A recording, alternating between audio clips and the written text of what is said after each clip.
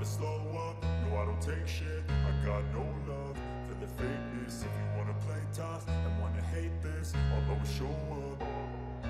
I don't ever slow up, no I don't take shit. I got no love for the fakeness. If you wanna play tough and wanna hate this, I'll always show up and make a statement. I don't ever slow up, no I don't take shit. I got no love for the fakeness. If you wanna play tough and wanna hate this, I'll always show up and make a statement. Everything.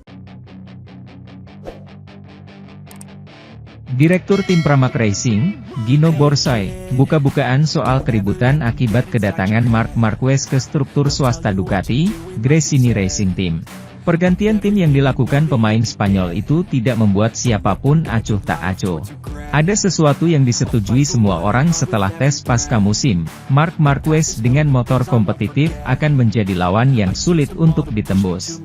Ini adalah sepeda motor yang telah terbukti andal dan cepat, dan di tangan pebalap MotoGP tersukses Anda tidak tahu seberapa jauh ia bisa melaju, komentar Gino.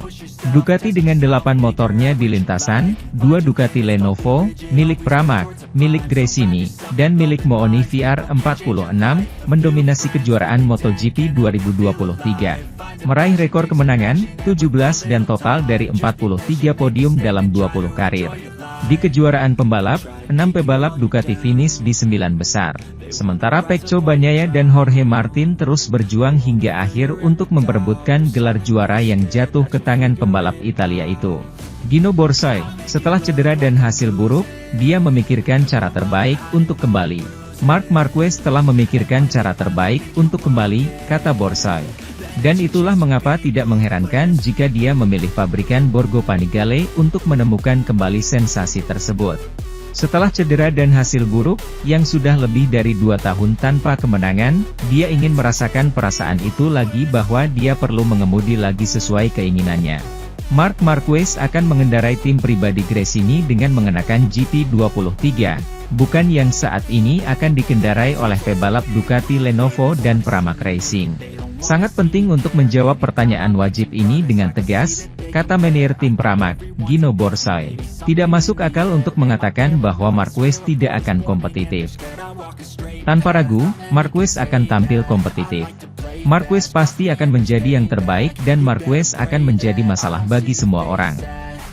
Orang Italia itu sadar. Sementara itu, Bezzecchi berbicara secara eksklusif kepada kami untuk menganalisis musimnya dan membahas tentang ban Michelin. Meskipun perebutan gelar terakhir terjadi di Valencia bersama Bagnaia dan Martin, Marco Bezzecchi juga ikut serta dalam pertarungan ini sebelum dia cedera saat berlatih di peternakan Valentino Rossi dan, jika bukan karena cederanya, dia pasti bisa melanjutkan dalam perjuangan. Cedera ini menandai sebelum dan sesudah, pemain Italia itu kehilangan kekuatan yang dimilikinya sebelum cedera dan cara mengemudinya terpengaruh. Marco Bezzecchi. Menurut pendapat saya, ini adalah musim yang sangat menyenangkan. Dari 1 hingga 10 saya memberi diri saya nilai 7,5 karena saya cepat. Saya telah memenangkan 3 balapan dan 1 sprint dan saya telah meraih banyak podium. Sayangnya saya mengalami cedera bahu, jadi di akhir musim saya sedikit keluar dari apa yang ingin saya lakukan. Kalau tidak, saya akan memberikannya skor yang lebih tinggi. Tentunya cedera tulang selangka tidak membantu. Menurut saya, pada 3 balapan pertama setelah cedera, pembalap tersebut memberi saya beberapa masalah di Indonesia, Australia, dan Thailand, dan pada 3 balapan pertama, bahu saya sedikit lelah. Sebaliknya, di Qatar dan Malaysia bahunya lebih baik, meski tidak 100%, tapi saat mengemudi saya kurang menyadarinya. Saya tidak memiliki kekuatan yang biasanya saya miliki dan sayangnya hal ini sedikit mempengaruhi perjalanan saya. Saya menjadi pandai dalam pengereman dan saya telah mengikuti banyak instruksi dari Bagnaia dalam 2,5 tahun terakhir. Untuk mencoba belajar memanfaatkan motor saat pengereman karena Ducati kami sangat kuat di sana dan itulah bagaimana saya berhasil meningkatkannya. Mungkin merupakan poin yang sangat bagus. Kedatangan Marc Marquez membuat Gresini Racing sangat bersemangat memulai musim MotoGP 2024. Gresini Racing bahkan menjadi tim pertama yang merilis tanggal peluncuran tim menyambut musim baru. Melalui akun media sosial resmi, Gresini Racing menjadwalkan peluncuran tim pada tanggal 20 Januari 2024 mendatang. Sesi peluncuran serta presentasi tim termasuk livery 2024 bisa disaksikan secara langsung lewat kanal YouTube MotoGP dan Gresini. Selalu siap untuk berdansa. Kami mulai pada 20 Januari. Tulis Gresini.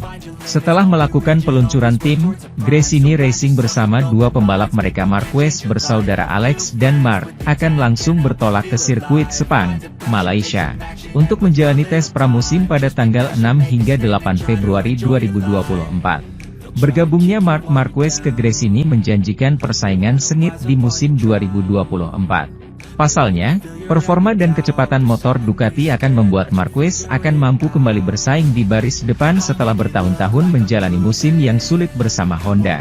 Berstatus sebagai tim satelit Ducati, Marc Marquez dan Alex Marquez akan menggunakan motor Ducati lama yakni Desmosedici GP23. Sedangkan motor Ducati edisi terbaru hanya dipakai oleh pembalap tim pabrikan yakni juara bertahan Pecco Bagnaia dan Enea Bastianini.